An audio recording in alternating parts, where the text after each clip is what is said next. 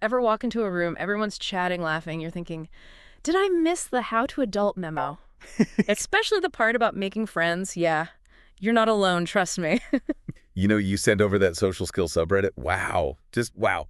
It's like everyone's quietly freaking out about their social life, but now they're freaking out together. It's amazing how online spaces can give us that peek into shared anxieties, that reminder that the need to connect. It's pretty universal. Totally. And got to respect everyone's privacy, so we're sticking to the themes, the overall vibes, not using any actual usernames. So, first thing that hit me, scrolling through all these posts, so many people are worried they're messing up friendships. Like, are there rule books we didn't get? That fear, right, Uh, not being a good friend, it comes up all the time, different ages, walks of life. But yeah, adulthood kind of ramps up the pressure. Like, we're supposed to have it figured out by now. There was this one post, a 19-year-old at university. She was stressed because she needs lots of alone time, recharge, and it made her feel like a bad friend. That one stuck with me too. Like, we have to be on constantly, especially places like uni, where being social is almost like a measure of success. Totally. And it's connected to this other thing we keep seeing, feeling like you're always the one texting first, making plans. Do your friends even care enough to put in the effort? That whole worry. Absolutely. That sense of carrying the friendship, it's tied to rejection, right? Not feeling valued. That need to know someone values us. Pretty universal. 100%. And it gets even trickier, right? When we see posts from people who are neurodivergent, autistic, ADHD, they talk about feeling on a different wavelength, super isolating. For them, those unspoken social rules, almost impossible to crack. Trying to exist in a world not really built for how their brain works leads to that feeling of not belonging, sadly. It's rough. This one post, autistic college student said, trying to fit into friend groups, it felt like being a different species. Powerful. Gets at that core human need, belonging, finding your people. And when it's hard, yeah, painful. Makes you think about how much pressure we put on ourselves to fit in, be normal, whatever that even means these days. In social media. Doesn't help, that's for sure. Adds a whole other layer of complexity to this whole thing. Oh, for sure. We'll get to that. That comparison is the thief of joy. Yeah. That's in full force here. But before that, got to talk about the elephant. This fear of judgment, of rejection. So many people, it's like they're frozen in place. It's real, that fear. Feels safer to just avoid the whole thing than risk getting hurt. And it shows up in all these ways in the posts. Overthinking every word, terrified of saying the wrong thing, ruining a friendship before it even begins, stuck in their own heads. And that overthinking often goes hand in hand with comparison. You see people comparing everything. Jobs, relationships, even how many likes their last post got. Which, let's be honest, social media is not helping with. It's like everyone else's highlight reel 24/7, and we're comparing our bloopers to their perfectly edited lives. No wonder we feel inadequate. Exactly. Those perfect feeds. They're not the whole story. The struggles, insecurities, the very real friendship worries we're seeing right here in these posts, everyone's dealing with it.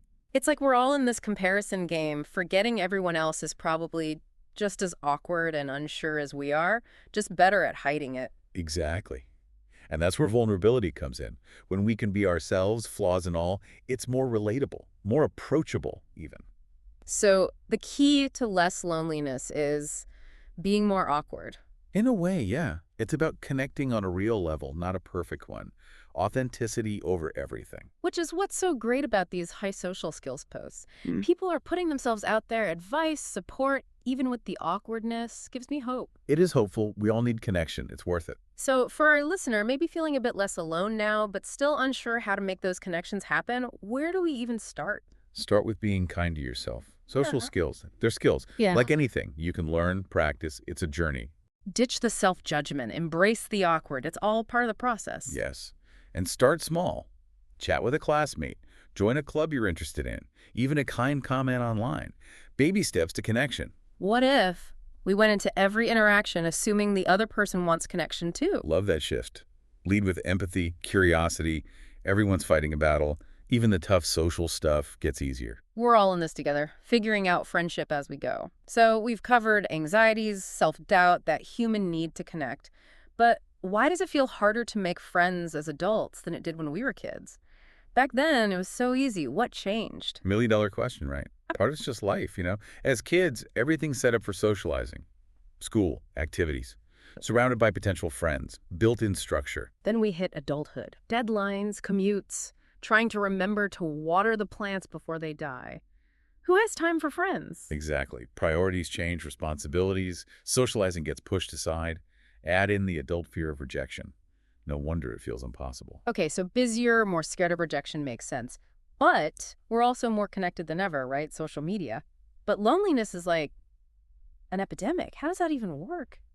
Social media. Double-edged sword. Amazing for finding communities, old friends, even sparking new connections. Mm. But then, that curated reality.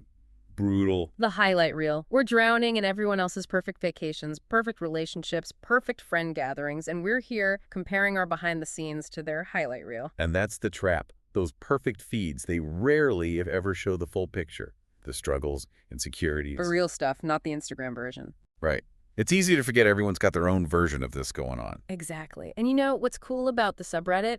Even with all that anxiety, there's this real sense of, I don't know, support, kindness even. It's powerful, that shared experience. You're not alone. That in itself can be huge, even empowering. Right. Like, okay, I don't know what I'm doing, but neither does anyone else. Kind of takes the pressure off. And the way people are giving advice, so practical. You know? Yeah, it's not just, oh, be yourself. It's like, here's how you keep a conversation going. Here's how to actually approach someone new. Even here's how to set boundaries, which, oof, that's a tough one. Oh, big time. So many of us struggle with boundaries, especially with friends. Don't want to hurt feelings, seem mean, but honestly, that can backfire. Oh, yeah, like holding in a sneeze, it's going to come out eventually and not pretty. It's exactly. Better to be open, honest, right from the start, even if it's a little uncomfortable at first. Okay, so we've covered a lot. The worries, the self-doubt, this human need to connect. But why does it feel so much harder to make friends as adults than, like, when we were kids? Back then, it was so simple. What happened? Right. Part of it is just life changes, you know? As kids, everything's about socializing. School, activities, play dates our parents have set up for us, built-in friend potential everywhere. And then adulthood hits, and it's all work deadlines, commutes, trying to remember to pay the bills on time. Who has energy for friends? Exactly. Priorities shift. We're busier. Plus, that fear of rejection. It gets worse as we get older.